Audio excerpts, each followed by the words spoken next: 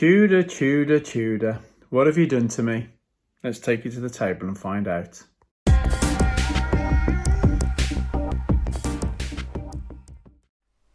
So what's been the issue then? Well, I put my name down onto 2 waiting lists.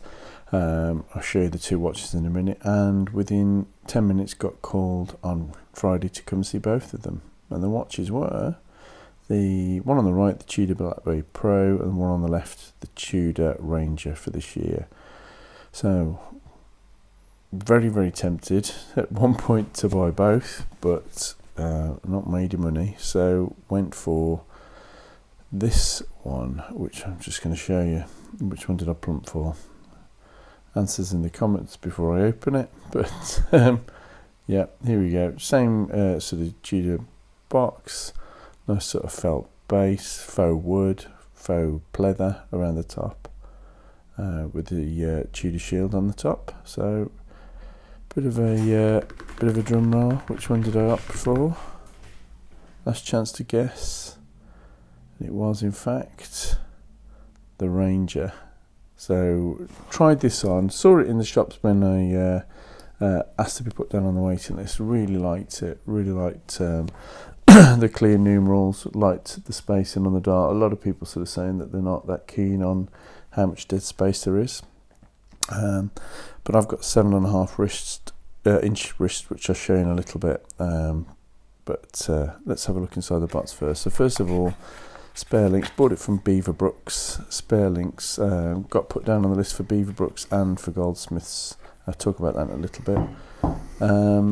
And there we have the warranty card, guarantee card, with Saturday's date on. That's all been activated. And then inside you also get your guarantee booklet, which tells you what you can and can't do with it, and the obligatory user manual, which fair enough if you've got a diver or something with a date or a GMT function in the Blackberry Pro, but I don't. So we have the simplest of setups with a 3-hander and a screw down crown. So yeah, as I say, got it from Beaverbrooks. Was also blown away actually by James Saunders, who really looked after me at Beaverbrooks. Thanks, James. The other place was Goldsmiths, where I bought my son's watch last. Not such a good buying experience this time, if I'm honest. So it came down to customer service. So Beaverbrooks got the trade. So let's open it up. Let's take some of the stickers off and see what we've got. So the one on the front's already been taken off in shop, and I didn't bother putting that on just to take it off again. Here's the side ones. Speed it up a bit. So here's the ones on the left flank. As you can see, lovely brush surface underneath, with the tiniest bit of polishing around the bevel on that. Let's just get these ones off as well on the side. So this is broken up into 2 because of the crown. Again, look at that piece of metal, which can be a bit big if you've got a thick black bay. But this is around 12mm, which we'll have a look at later, and that's just a really nice brushed effect. And look at this for the bracelet. This is the back of the bracelet. Now, not sure if you know, but since the Blackberry Pro, that had a little shield protruding into the bracelet. A couple of people said it was a bit sharp, so they've flattened that now. And just take off the last bit. Anybody know why some of them are blue and some of them are see-through? If you do, make a comment below and let me know. I've always wondered why some are sort of see-through plastic and some are blue like this one. But anyway, you can see the holes there for the ceramic ball bearings, which we'll talk about a bit on the clasp, which makes a fantastic clicking sound like the Blackberry 58. And let's just get the hang tag off. So nice Tudor red. The model number there. So yeah, here we go. So that's it pretty much with all the stickers off now. As I say, look at that brushed finish, absolutely lovely. Chamfered edges around, which I think is perhaps the only polished feature on it, and the side of the bezel, sorry. Fantastic bracelet, got to say. Last little bit of blue protective tape to take off there. And there we go. So yeah, everything brushed, mid links, end links, screw-in links as well, solid end links with a female end link, and here's the T-fit clasp. So this allows you to adjust, as you can see there. I've read somewhere it's about 8mm, which is about a link. So in my head it makes a little bit more sense to be just under or just over a link, but anyway, gives you the fit that you need. Just listen to that. Absolutely brilliant. The ceramic ball bearings were doing a fantastic job there, making a nice secure fit. So signed crown on the end, on the signed crown with the Tudor rose, screw down crown, reasonable amount of water resistance. Field watch after all, not a diver. It's got a little bit of red on that second hand, and that's about it.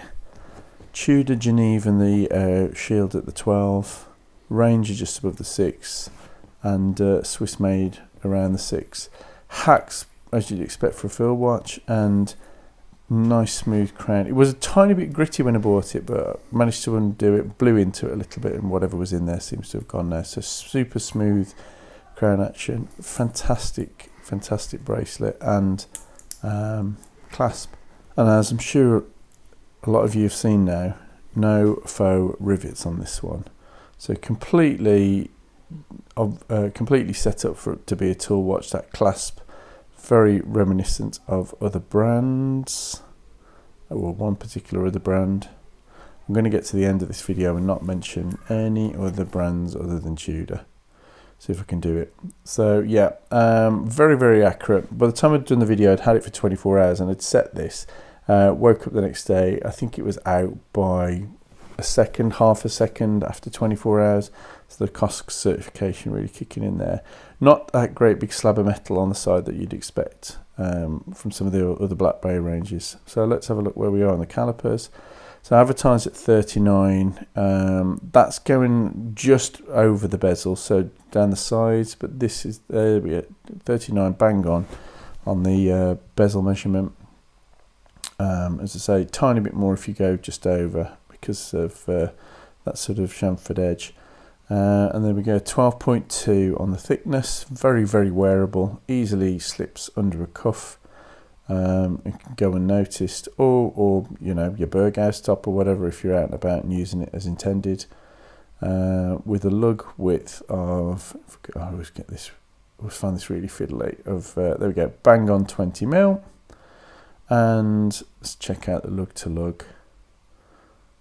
So there we go, 47.5. And with those female end links, solid end links, you know, when you put that on wrist, especially with mine, as I say, 7.5 inch, just melts away. Oh, there's another one.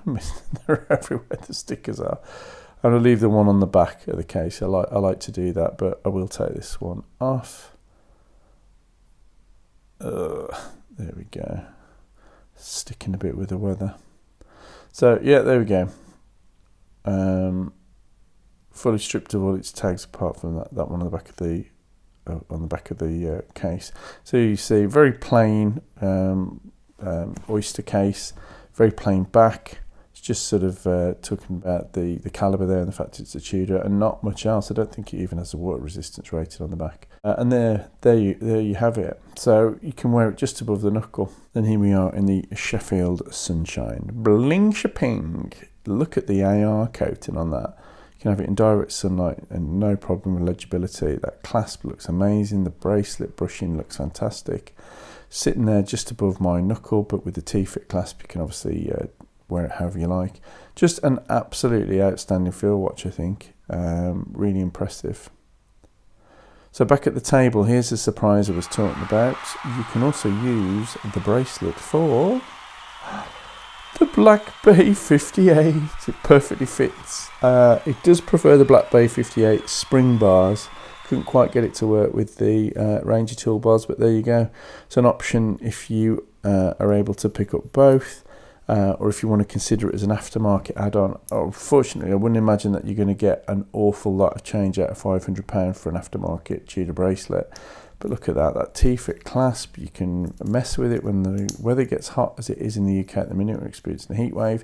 It's been absolutely brilliant. So yeah, It's really something worth considering. I know a lot of people hate the faux rivets on the BB58. I wasn't too fussed, but I must admit this is absolutely killer. Much better than the previous bracelet, and that T-fit's going to do you a lot of favours as well. And there we go. Yeah, loving everything about this. The screw links, the solid female end links, the fantastic brushing. So yeah, not an awful lot else to say really. Really impressed. And not once did I say the word